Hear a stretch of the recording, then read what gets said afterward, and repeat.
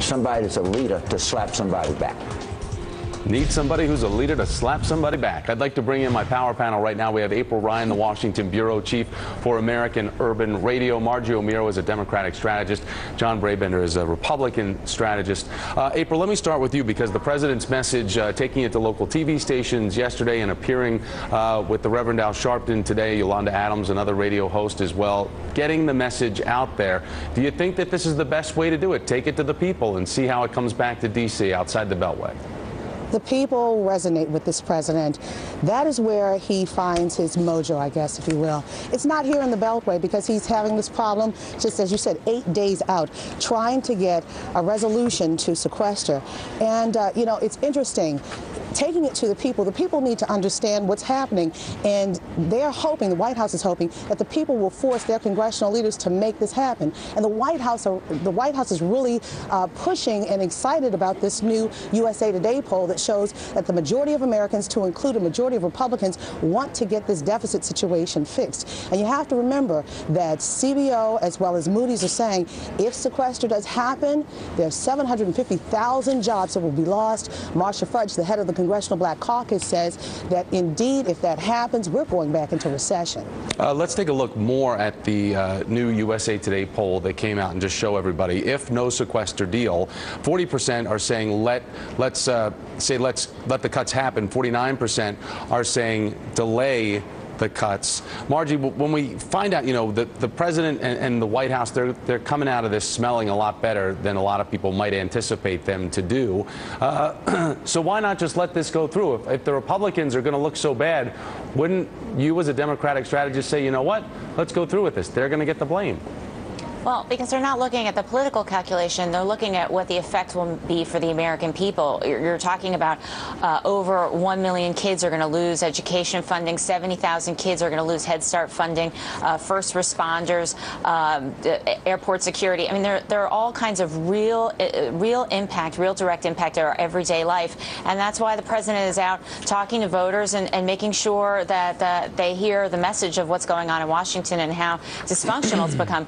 You know, one other thing I'd note from that USA Today and Pew poll is that even Republican voters are turning away from their Republican leadership. Republicans are divided on how they feel about the Republican leadership, whether they approve or disapprove. John, yeah, that's the big problem, and you have to be scratching your head because we have that Wall Street Journal op-ed from John Boehner in which he says a week from now a dramatic new federal policy is set to go into effect that threatens U.S. national security, thousands of jobs, and more. And then Byron York from the Washington Examiner, he put out a piece the other day basically saying, could the GOP message on the sequester be any more self-defeating?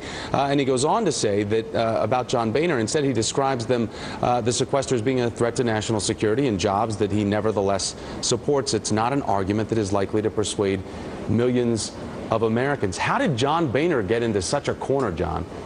Well, I think the whole Republican Party has got into a corner on this by letting Obama off the hook. Here's a president with that is almost like a spending addict that is the debt has gone up dramatically under this president. And what nobody is talking about is we are taking this credit card and just passing it on to the next generation, which is unconscionable. There's always been this promise from one generation to the next that we were going to leave America better and stronger.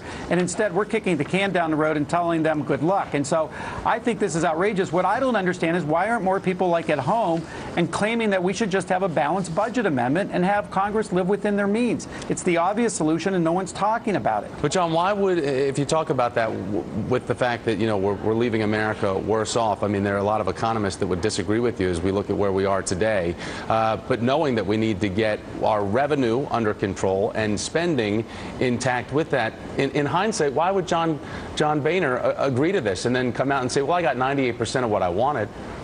Yeah, well, look, first of all, I think most people thought this was never going to come to fruition. It should not have been called sequestration. It should have been called being put in timeout, because this is like, well, if we don't do our homework, we can't watch TV. And it shows a completely dysfunctional Washington to begin with on both sides. Yeah. And again, if they just use common sense and do a balanced budget amendment, people understand that and people would support that. It's managing by crisis. As we look today also from that USA Today poll, I want to switch gears to talk about the topic of gun violence in the country. country and what Americans think can be done to legislate on that. The question being, whose approach on guns do you support?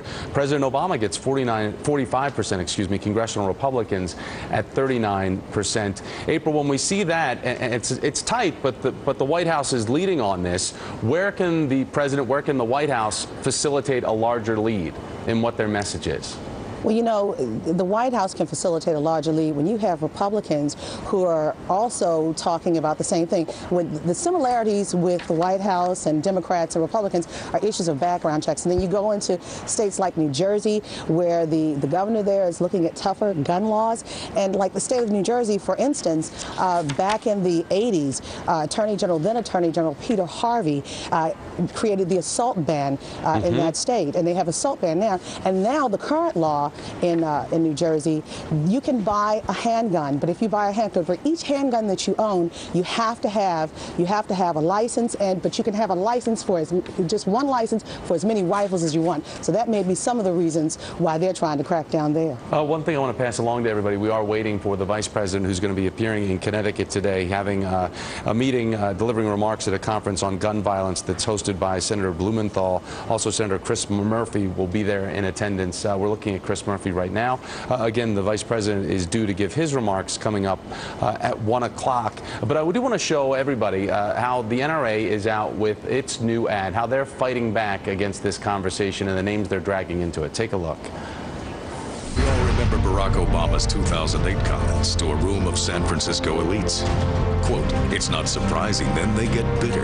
They cling to guns or religion." Unquote. The arrogance of their superiority requires this reminder.